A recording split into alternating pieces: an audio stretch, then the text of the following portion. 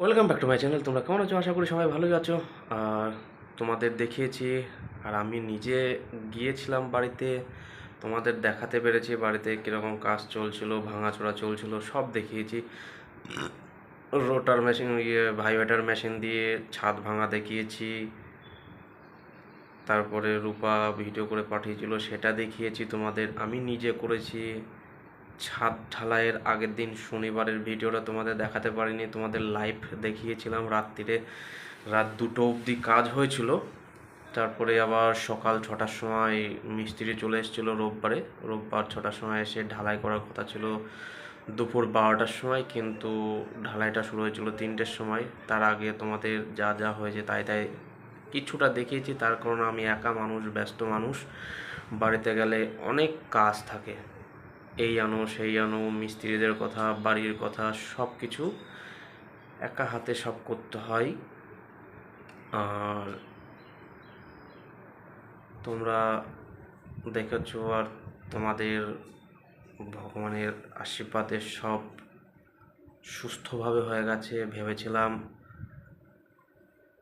ভেবেছিলাম কি রোববারে 1টার থেকে 70% বৃষ্টি ছিল, 70, 80, 90, মানে 1টা 2টো 3টে এরকম 70, 80, 90 এরকম পার্সেন্ট বৃষ্টি ছিল। তবে ভগবানের অশেষ কৃপা ছিল যে বৃষ্টিটা হয়নি, সুস্থভাবে ছাদটা ঢালাই হয়ে গেছে।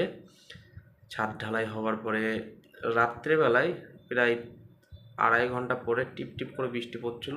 আমি যথাযথ জোগাড় করে রেখেছিলাম তিরপল, ডেকোরেটর থেকে তিরপল ভাড়া করে নিয়ে এসেছিলাম। তো তিরপল দিয়ে ঢেকে দিয়েছিলাম, সেটা তোমাদের দেখাতে পারিনি, তার কারণ ব্যস্ততা ছিলাম আমি।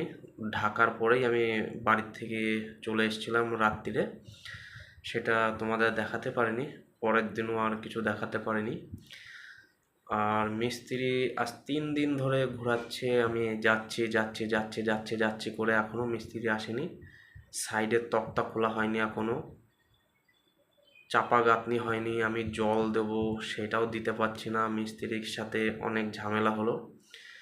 আর তোমরা জানোই জবের থেকে কাজ শুরু করেছি, মিস্ত্রির সাথে ঝামেলা আর ঝামেলা। মিস্ত্রি আমাকে বলেছিল যে কোনো চিন্তা নেই, থাকছিস না বাড়ি, কোনো চিন্তা নেই, আমি কাজ করে দেবো, 2 বস্তা সিমেন্ট যখন আনবি 2 বস্তারই কাজ করে দেবো। মিস্ত্রি এত বোকা বানায় সবাইকে, এত বোকা বানায় কি বলবো। আর এমন একটা মিস্ত্রিকে নিয়েছি যে কাছে ফোনই রাখে না, যে আমি ফোন করলে তার সাথে কথা বলতে পারবো, আমি তার সাথে কথা বলবো, কি ব্যাপার কি বৃত্তান্ত, এসব কিছুই হয় না। তো তোমরা যারা নতুন ঘর করবে বা ঘর করছো, তো আর অনেকে বাড়ি থেকেই ঘর করে, আমার মতন যারা থাকো, তারা সব কিছু দেখে শুনে, মিস্ত্রি কোথায় বাড়ি, কোথায় থাকে, সব কিছু দেখে মিস্ত্রি ফোন রাখে কি রাখে না, আমার মতন যেন না হয়। মিস্ত্রির সাথে কথা বলতে পারবে সেরকম যেন মিস্ত্রি নিয়ে কাজ করো, আমার মতন এরকম ফ্যাসাতে পড়ো না। আমি সব কিছু ভেঙে নিয়ে বসে আছি, তোমাদের দেখিয়েছিলাম।